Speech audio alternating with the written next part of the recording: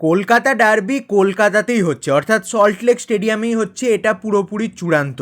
তবে কখন হবে খেলা সেটা নিয়ে এখনও অবধি ফাইনাল ডিসিশনটা আসেনি বা অফিসিয়াল আপডেটটা আসেনি। হাই বন্ধুরা, ওয়েলকাম টু ফুটবল বাণী। ফুটবল বাণীর আর একটা নতুন এবং এক্সক্লুসিভ এপিসোডে তোমাদের সবাইকে স্বাগত।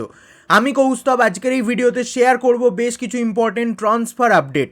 মুম্বাই সিটি এফসি কিন্তু জানুয়ারি ট্রান্সফার উইন্ডোর পর থেকেই লেগে পড়েছিল এই প্লেয়ারের পিছনে এবং ফাইনালি কিন্তু তারা সাইনিং কমপ্লিট করতে চলেছে। সামার ট্রান্সফার উইন্ডোতে একের পর এক গুরুত্বপূর্ণ ফুটবলার কিন্তু ক্লাব ছাড়তে চলেছে তাদের বর্তমান যে ক্লাব আছে সেটাকে। তো হাই বন্ধুরা, আজকের এই ভিডিওতে সব কিছু নিয়েই তোমাদের সাথে আলোচনাটা থাকছে। যারা প্রথমবার আমাকে দেখছো বা আমার চ্যানেলটাকে দেখছো, অবশ্যই চ্যানেলটাকে সাবস্ক্রাইব করে নিও। ইন্ডিয়ান ফুটবলের যাবতীয় আপডেট তোমরা এই চ্যানেলে সবার আগে পেয়ে যাবে। তো চলো বন্ধুরা, এখানে একদমই আর কথা বাড়াচ্ছি না, সরাসরি আজকের মেন আলোচনায় যাওয়া যাক। তো বন্ধুরা, আজকের ভিডিওটা শুরু করব কলকাতা ডার্বির আপডেট দিয়ে। কলকাতা ডার্বি 10ই মার্চই হবে এবং কলকাতাতেই হবে, এটা পুরোপুরি চূড়ান্ত। সেই দিন তৃণমূলের ব্রিগেড আছে, সেই কারণেই বিধাননগর পুলিশের তরফ থেকে জানানো হয়েছিল যে এই দিন কলকাতা ডার্বি কখনোই সল্টলেক স্টেডিয়ামে করা সম্ভব নয়। তবে হোস্ট ইস্টবেঙ্গল ফাইনালি কনভিন্স করতে সক্ষম হয়েছে বিধাননগর পুলিশকে এবং তারা গতকাল জানিয়ে দিয়েছে ঠিক আছে, খেলাটা হবে, তবে একটু রাতের দিকে হবে। অর্থাৎ 10ই মার্চ সল্টলেক স্টেডিয়ামেই খেলাটা হবে এবং বিধাননগর পুলিশের তরফ থেকে জানানো হয়েছে 7:30 নয় 9টা থেকে খেলাটা করার জন্য। অর্থাৎ রাত্রি 9টা থেকে কলকাতা ডার্বি হবে, এখনও অবধি এটাই ঠিক আছে। তবে ইস্টবেঙ্গল কর্মকর্তারা এখনও চেষ্টা চালাচ্ছে যাতে 9টাটা আরও কিছুটা এগিয়ে নিয়ে আসা যায়, অন্তত 8:30 যাতে করা যায়। 8টা হলে আরও ভালো, বাট 8টা না হলেও যদি 8:30 করা যায়, না হলে মানুষজনদের বাড়ি ফেরাটা একটা চাপের ব্যাপার হয়ে যাবে। সেই কারণেই তারা চাইছে টাইমটা আরেকটু যাতে এগিয়ে নিয়ে আসা যায়। তবে এখন অবধি ফাইনাল যে ডিসিশন এসেছে, 9টা থেকে খেলা হবে 10 তারিখ কলকাতা ডার্বি সল্টলেক স্টেডিয়ামে, এটা পুরোপুরি চূড়ান্ত। কতটা খুশি তোমরা এই নিউজটা পেয়ে অবশ্যই জানিও, কারণ যখন শোনা যাচ্ছিল সল্টলেক স্টেডিয়াম থেকে কলিঙ্গ স্টেডিয়ামে শিফট করা হবে, সেটা সত্যিই খুবই খারাপ লেগেছিল আমাদের সবারই। বাট ফাইনালি এটা কিন্তু একটা ভালো খবর ইস্টবেঙ্গল, মোহনবাগান সমস্ত সমর্থকদের জন্য। তো এবার দেখা যাক ফাইনাল ডিসিশনটা কখন আসে। ফাইনাল ডিসিশনটা চলে এলে তারপর এফএসডিএল এর তরফ থেকে হয়তো অফিসিয়াল অ্যানাউন্সমেন্টটা চলে আসবে যে কটায় এক্স্যাক্টলি খেলাটা হতে চলেছে। তবে 10 তারিখ হবে, সল্টলেকে হবে, এটা পুরোপুরি চূড়ান্ত। এবার আসবো আজকের ভিডিওর কিছু ইম্পর্টেন্ট ট্রান্সফার আপডেটে। প্রথম যে আপডেটটা সেটা টিপি রেহনেসকে নিয়ে। জামশেদপুর এফসির ফার্স্ট চয়েস গোলকিপার টিপি রেহনেস, তার কন্ট্রাক্ট এই 31শে মেতে শেষ হয়ে যাবে এবং তারপর টিপি রেহনেস ফ্রি এজেন্ট হয়ে যাবে এবং মুম্বাই সিটি এফসি তারা কিন্তু টিপি রেহনেসকে প্রি কন্ট্রাক্টে এগ্রি করে ফেলেছে। অর্থাৎ টিপি রেহনেসের সাথে প্রি কন্ট্রাক্ট সাইন করতে চলেছে মুম্বাই সিটি এফসি। তারপরে মানে সামার ট্রান্সফার উইন্ডো যখন খুলবে, তার কন্ট্রাক্ট শেষ হবে, তারপরেই কিন্তু টিপি রেহনেস জয়েন করবে জামশেদপুর থেকে মুম্বাই সিটি এফসিতে। তবে হ্যাঁ, প্রি কন্ট্রাক্টের পরেও আমরা এর আগে দেখেছি অনেক ফুটবলার প্রি কন্ট্রাক্টে সাইন করে দিয়েছে, তারপর সেই ক্লাবের সাইনিং মানে ফাইনাল যে সাইনিং সেটা করেনি। তবে এখন অবধি যেটা আপডেট, প্রি কন্ট্রাক্টে সাইন হতে চলেছে টিপি রেহনেসের সাথে। মুম্বাইয়ের জন্য এটা কতটা ইম্পর্টেন্ট একটা সাইনিং অবশ্যই কমেন্টে জানিও। মুম্বাই আবার গোলকিপারের পেছনে ছুটছে, তাও একজন অভিজ্ঞ গোলকিপার, এটা একটা সত্যি আমাকে অন্তত সারপ্রাইজ করেছে। তাদের কাছে ইয়াং গোলকিপার আছে, পূর্বা আছেন, বা পূর্বা তো খুবই ভালো গোলকিপার, তার জায়গায় কেন টিপি রেহনেসকে আবারও সাইন করাচ্ছে, সেটা একটা প্রশ্ন অবশ্যই রয়ে যাচ্ছে আমাদের সবার মনেই। তবে মুম্বাই এখানেই থেমে থাকছে না, তাদের অনেক দিন ধরে টার্গেট ছিল এই ফুটবলারকে সাইন করার। ফাইনালি ডিলটা কিন্তু হতে চলেছে ডান।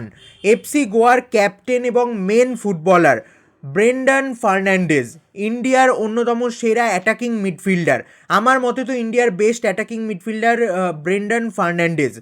ইগর স্টিম্যাকের আন্ডারে খুব একটা গেম টাইম পায় না, কেন পায় না জানি না, বাট ব্রেন্ডন ফার্নান্ডেজের মতো অ্যাটাকিং মিডফিল্ডার ইন্ডিয়ায় খুব কমই আছে।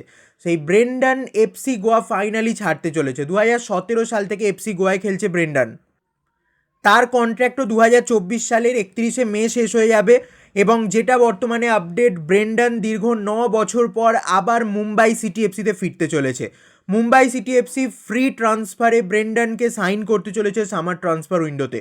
কথাবার্তা পুরোপুরি কমপ্লিট ব্রেন্ডনের সাথে, জাস্ট উইন্ডো খুলবে, কন্ট্রাক্ট শেষ হবে এবং মুম্বাই কিন্তু ব্রেন্ডনকে সাইন করে নেবে, এখনও অবধি সেই আপডেটই আছে। এটা একটা হিউজ আপডেট বলা যায়, মুম্বাই সিটি এফসির জন্য দারুণ একটা সাইনিং। ব্রেন্ডন ফার্নান্ডেজ মুম্বাইতে জয়েন করবে, এর থেকে বড় ব্যাপার আর কী হতে পারে। এটা গতকালে ঘটে যাওয়া সব থেকে বড় ট্রান্সফার আপডেট, তাই তোমাদের সাথে শেয়ার করলাম। তোমাদের কি মতামত অবশ্যই কমেন্টে জানিও। মুম্বাই কিন্তু অনেক আগে থেকেই পরবর্তী সিজনের পরিকল্পনা শুরু করে দিয়েছে, একের পর এক বড় বড় ফুটবলারকে টার্গেট করে ফেলছে মুম্বাই সিটি এফসি। লাস্ট সিজনে মোহনবাগান যেটা করেছিল, মুম্বাই কি আপকামিং সিজনে সেটাই করতে চলেছে, মানে সমস্ত ইম্পর্টেন্ট ফুটবলারদের সাইন করে ফেলবে, সেটাই দেখার। তবে মোহনবাগানের মতো টিম, কেরালা ব্লাস্টার্সের মতো টিম, তারা একদমই কমভাবে যাবে না, তারাও বড় বড় সাইনিং অবশ্যই কমপ্লিট করবে। এই নিয়েই একটা ফুটবলারের কথা না বললে নয়, এই সিজনে দুর্দান্ত খেলেছে। আমি প্রি সিজন মানে যখন সিজন শুরু হয়নি তার আগে যখন টিম নিয়ে আলোচনা করছিলাম, তখন বলেছিলাম যে এই ফুটবলার এই সিজনে কামাল করবে। পাঞ্জাব এফসির ফুটবলার মাদি তালাল, ফ্রান্সের এই 26 বছর বয়সী অ্যাটাকিং মিডফিল্ডার বা সেকেন্ড স্ট্রাইকার, যে সেন্ট্রাল মিডফিল্ডেও খেলতে পারে। এই মাদি তালাল পাঞ্জাবের হয়ে দুর্দান্ত পারফরমেন্স দিয়েছে এই সিজনে। 17টা ম্যাচে 4টে গোল 6টা অ্যাসিস্ট করেছে মাদি তালাল। এবার তার কন্ট্র্যাক্টও কিন্তু এই মে মাসেই শেষ হয়ে যাবে, 31শে মে। তো সাবধান থাকতে হবে পাঞ্জাব এফসিকে, যেহেতু পাঞ্জাব এখনও কন্ট্র্যাক্ট এক্সটেনশন করেনি, তাই আইএসএলের অন্যান্য ক্লাবরা কিন্তু ইন্টারেস্টেড হতে পারে মাদি তালালের ওপর। বর্তমানে মার্কেট ভ্যালু 3 কোটি টাকা, যেটা আরও বাড়ার একটা সম্ভাবনা আছে আমার মতে। তো আগে থেকে যদি কোনো ক্লাব টার্গেট করে, তাহলে কিন্তু এই গুরুত্বপূর্ণ ভালো ফুটবলার, যার বয়সও বেশি নয়, মাত্র 26 বছর, তাকে কিন্তু সাইন করে নিতে পারে। দেখো, মোহনবাগানের চান্স, মানে মোহনবাগান চেষ্টা করলে সাইনিং করতেই পারে মাদি তালালকে, বাট মোহনবাগানের প্রয়োজন খুব একটা নেই মাদি তালালের মতো ফুটবলার, কারণ জনি কাউকো আছে, তাছাড়া হুগো বুমস আনরেজিস্টার হয়ে আছে। সেদিক থেকে দেখতে গেলে মাদি তালালকে নিয়ে আসার কোনো কারণ তো আমি এই মোমেন্টে দেখছি না মোহনবাগানের জন্য। বাট ইস্টবেঙ্গল চাইলে কিন্তু মাদি তালালকে সাইন করাতে পারে, কারণ ইস্টবেঙ্গলের এই জায়গাটাতেই সমস্যা। অ্যাটাকিং মিডফিল্ডে বোরহা চলে যাওয়ার পর কিন্তু পুরো ফাঁকা ফাঁকা লাগছে ইস্টবেঙ্গলের ওই জায়গাটা। ভিক্টর ভাস্কেজ এসেছে, বাট ভিক্টর ভাস্কেজ বয়স হয়েছে, বল পায়ে পড়লে তারপরেই এফেক্টিভ, বাট বল যতক্ষণ না পায়ে পড়ছে ভিক্টর ভাস্কেজের, ততক্ষণ কিন্তু এফেক্টিভ নয়। তো পরবর্তী সিজনে মাদি তালালকে কিন্তু টার্গেট করতে পারে ইস্টবেঙ্গল, অবশ্যই এটা একটা ভালো সাইনিং হবে আমার পার্সোনালি তাই মনে হয়। তোমাদের কি মতামত অবশ্যই কমেন্টে জানিও। যদি মাদি তালালকে টার্গেট করে ইস্টবেঙ্গল, সেটা সত্যিই একটা মানে দারুণ সাইনিং হবে, তবে সাইনিং করাটা সহজ ব্যাপার নয়, চেষ্টা অনেক করতে হবে। তো যাই হোক, তোমাদের মতামতটা অবশ্যই কমেন্টে জানিও। আজকের ভিডিওতে এগুলোই শেয়ার করতাম। ভিডিওটা ভালো লাগলে অবশ্যই একটা লাইক করে দিও, আর চ্যানেলে প্রথমবার এসে থাকলে চ্যানেলটাকে সাবস্ক্রাইব করে বেল বাটনটাকে টিংটং করে দিও। তো চলো বন্ধুরা, আজকের মতো ভিডিওটা এখানেই শেষ করছি, দেখা হবে আবার পরবর্তী এপিসোডে। ততক্ষণের জন্য টাটা।